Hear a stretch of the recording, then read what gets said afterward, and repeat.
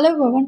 आज हम बात कर रहे हैं लोन डिफॉल्टर के अधिकारों के बारे में। यानी कि व्यक्ति अगर कर्ज चुका नहीं पा रहा है तो उसे अपने क्या अधिकार प्राप्त हुए हैं उसके बारे में बात करें। लोन लेने की जरूरत किसी को भी पड़ सकती है, होम लोन हो या पर्सनल लोन। जब आप एक बार कर्ज लेते हैं तो अवधि की समाप्ति तक आपको ईएमआई देना होता है। अगर आप लोन की मासिक किस्त यानी ईएमआई चुकाने में असफल रहते हैं तो इसका तत्काल नतीजा पेनल्टी पर होता है। हालांकि इसके दूरगामी परिणाम भी देखने को मिलते हैं। अगर आपको लगता है कि आप समय पर लोन की राशि चुकाने में सक्षम नहीं हो सकते हो तो आप शुरुआत में ही कुछ कदम तैयारी कर सकते हैं। उदाहरण के तौर पर आप लोन की अवधि बढ़ा सकते हैं जिससे ईएमआई घट जाती है। इसी तरह लोन संबंधी शर्तों का निर्धारित करने से पहले अपनी फाइनेंशियल स्थिति को व्यवस्थित करना और लोन का पुनर्गठन यानी लोन रिस्ट्रक्चरिंग करना भी एक बड़ी मदद हो सकती है। आपको फाइनेंशियल इमरजेंसी के कारण अस्थायी राहत का अनुरोध भी कर सकते हैं, लेकिन आपको जुर्माने का भुगतान भी उसमें करना पड़ सकता है। इसके बावजूद भी अगर आप ऐसे उपाय नहीं कर पाए या आप कुछ भी नहीं कर सकते थे, उसके बाद भी आपका लोन रीपेमेंट नहीं कर पाए तो लोन डिफॉल्टर के रूप में आपको अपने अधिकारों के बारे में पता होना चाहिए। कानून के अनुसार वित्तीय संस्थान यानी फाइनेंशियल इंस्टीट्यूशन उधार ली गई राशि की वसूली के लिए कदम उठाता है। हालांकि उधारदाताओं और बैंकों को ऐसा करते समय मानदंडों का पालन करना होता है।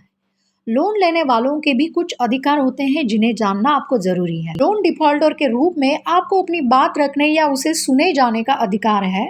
आप लोन अधिकारी को लोन चुकाने में विफलता के कारणों को बताते हुए लिख सकते हैं, खासकर यदि यह नौकरी छूटने या मेडिकल इमरजेंसी के कारण हुआ है।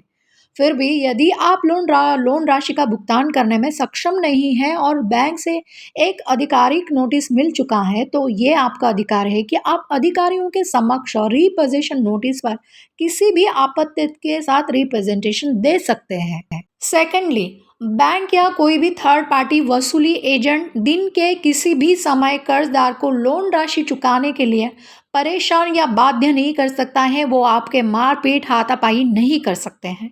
आरबीआई के दिशा निर्देशों के अनुसार बैंकों को वसूली कार्य के आउटसोर्सिंग करते समय एक आचार संहिता का पालन करना होगा और ग्राहकों को अत्यधिक संवेदनशीलता के साथ संभालने के लिए प्रशिक्षित एजेंट्स की नियुक्ति करनी होगी। उन्हें कॉल करने के घंटे और ग्राहक की जानकारी की गोपनीयता के बारे में पता होना चाहिए। रिकवरी का समय और स्थान पहले से ही तय किया जा सकता है। उदाहरण के लिए सुबह 7 बजे से शाम 7 बजे के बीच ही होना चाहिए। यह आपका अधिकार है कि आपके साथ सभ्यतापूर्वक व्यवहार किया जाए। आप कानूनी तरीकों का इस्तेमाल कर सकते हैं यदि बैंक या आपका कर्जदाता के प्रतिनिधि चिल्लाते हैं या शारीरिक हिंसा कर रहे हैं, धमकी दे रहे हैं। बैंक कर्जदाता आपके साथ वसूली एजेंट का विवरण भी साझा करना होगा। एजेंट के पास जाते समय आपकी प्राइवेसी का सम्मान करना चाहिए और सभ्य तरीके से उनको व्यवहार करना चाहिए। लेकिन अगर यदि आप अपना बकाया चुकाने में असमर्थ रह रहे हैं और बैंक ने भुगतान की वसूली के लिए आपकी संपत्ति की नीलामी की प्रक्रिया शुरू कर दी है तो आपको बैंक से इसकी सूचना देने वाला एक नोटिस प्राप्त होना चाहिए। इसमें संपत्ति या एसेट्स के लिए उचित मूल्य, नीलामी के समय और तारीख का विवरण, आरक्षित मूल्य आदि का उल्लेख भी होना चाहिए। लोन डिफॉल्टर के रूप में आपका अधिकार होगा आपको आपत्ति करने का, यानी कि उसमें ऑब्जेक्शन लेने का आपको अधिकार होता है अगर आपके संपत्ति का यानी प्रॉपर्टी का वैल्यूएशन प्रॉपरली नहीं हो रहा है। असली यदि संपत्ति की बिक्री के बाद बरामद धन से कोई अतिरिक्त राशि है तो लोन देने वाले संस्थानों यानी बैंक को इसे लौटाना होगा। चूंकि संपत्ति या परिसंपत्ति का मूल्य किसी भी समय बढ़ सकता है, इसीलिए इसका मूल्य उस राशि से अधिक हो सकता है जो बैंक को चुकाना था। इसीलिए नीलामी की प्रक्रिया निगरानी करना आपको महत्वपूर्ण है। सारे अधिकारों की जानकारी आपको होनी चाहिए। क्योंकि जानकारी अच्छी लगी हो तो लाइक शेयर सब्सक्राइब।